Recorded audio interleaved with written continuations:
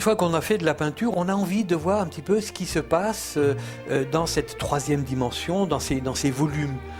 Quand on voit les êtres humains, effectivement, quand on voit les choses, tout est en volume. On a envie d'y aller. Alors, on peut y aller de deux manières, ou bien par le modelage ou par la sculpture. Alors, juste très rapidement, la différence entre le modelage et la sculpture, tout modelage est sculpture ou devient sculpture. Par contre, toute sculpture n'est pas nécessairement modelage. Le modelage, on amène de la terre, on peut en enlever quand on en a trop mis.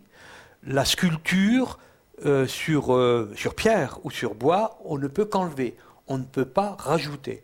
Donc le modelage et la sculpture sur pierre ou sur bois sont deux techniques différentes.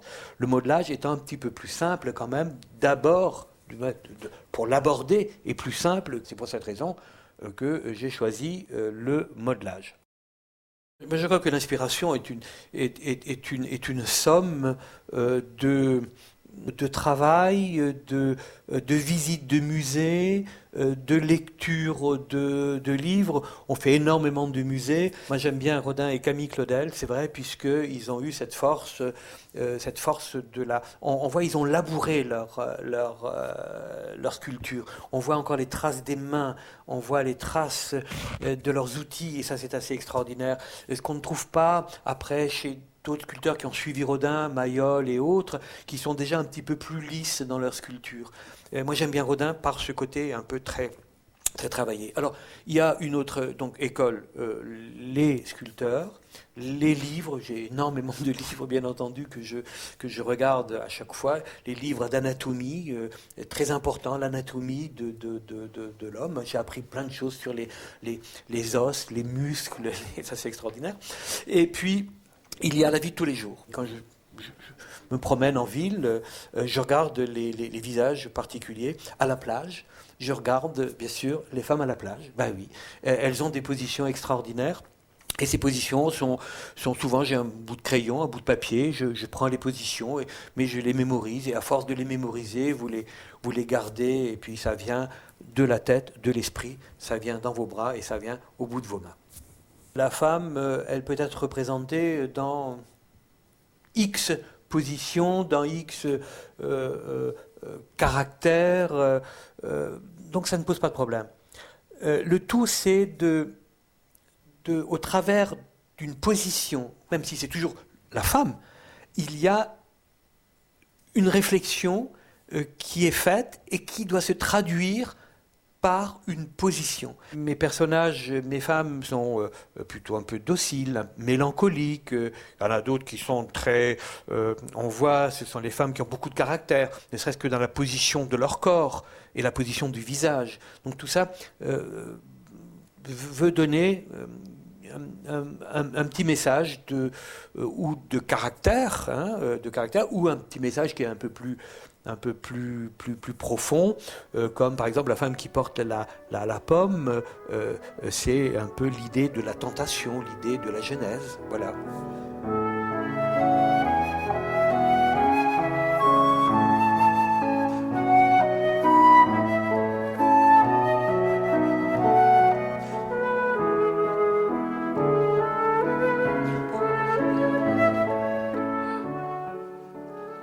Chaque sculpture est préparée et travaillée sur 3, 4, 5 jours, une semaine, des fois 1 mois, 2 mois, j'ai quelque chose en tête, mais qui n'est pas tout à fait mûr, et ça mûrit petit à petit. Et la première maturation, c'est le dessin. Il faut rentrer dans le personnage. Et vous ne pouvez rentrer dans le personnage que si vous faites une esquisse au crayon. Donc déjà, vous avez la forme de la sculpture par le crayon. Le dessin est toujours une des disciplines nécessaires pour la sculpture.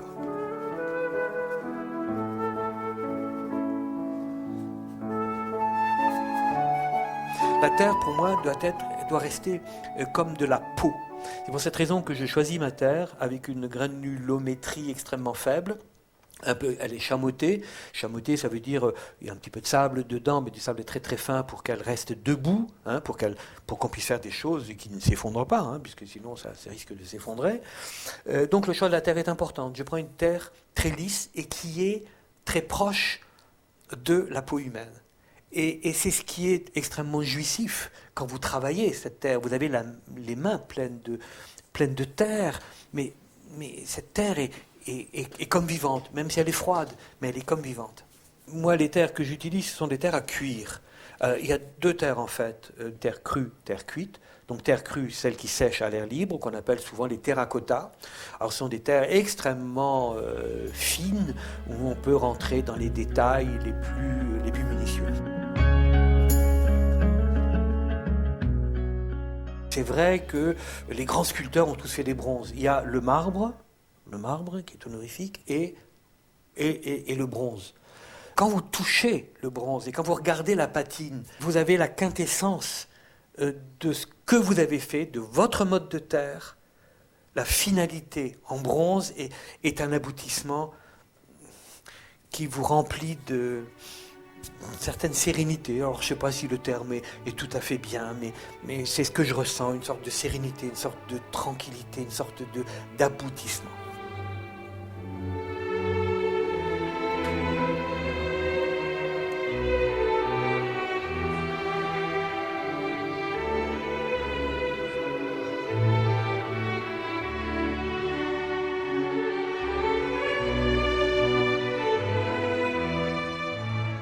Je suis résolument art figuratif. Alors, vous savez qu'il y a deux écoles, l'art abstrait, l'art figuratif, donc je suis figuratif. Il y a d'autres écoles, bien entendu, mais ce sont les deux principales.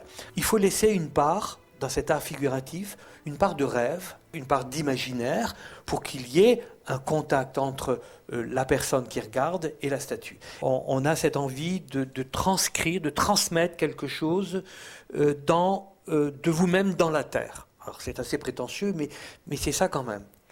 Après, quand ce que vous avez fait est reconnu par d'autres personnes, c'est vrai que c'est quand même une grande joie.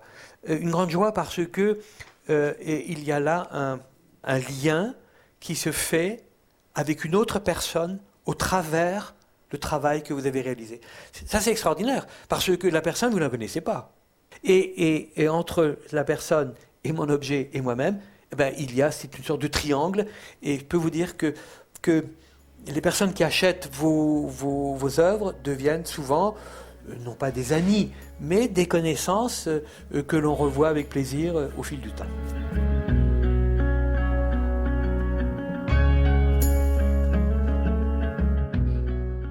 Il y a des reconnaissances quand on fait des expositions. Il y a des prix. Alors, moi je ne suis pas particulièrement en prix, mais quand on en a un, bien sûr, c'est tout à fait agréable.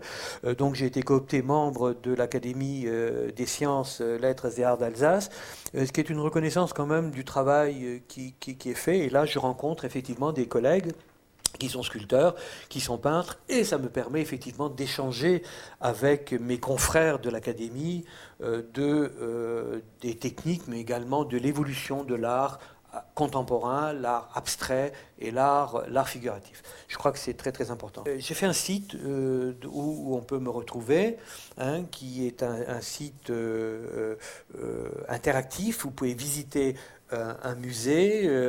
On a souvent besoin d'échanger sur le travail que l'on fait, même si c'est un travail très, très individuel. La sculpture ou la peinture, on est seul devant son chevalet ou devant sa tablette de travail.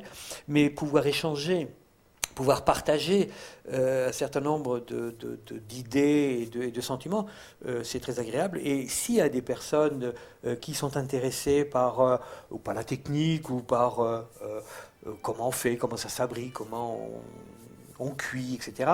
Mon atelier est ouvert. Il n'y a pas d'heure, bien entendu. C'est pas un atelier professionnel. C'est un atelier tout à fait personnel dans ma maison, mais un atelier au-delà, enfin en dehors de la maison. Donc on peut venir sans problème. Il suffit de passer un petit coup de fil et pour savoir si je suis là et si je suis dans l'atelier. Et ça me fait toujours plaisir, effectivement, d'avoir des personnes ou des enfants qui sont intéressés à l'art de la sculpture.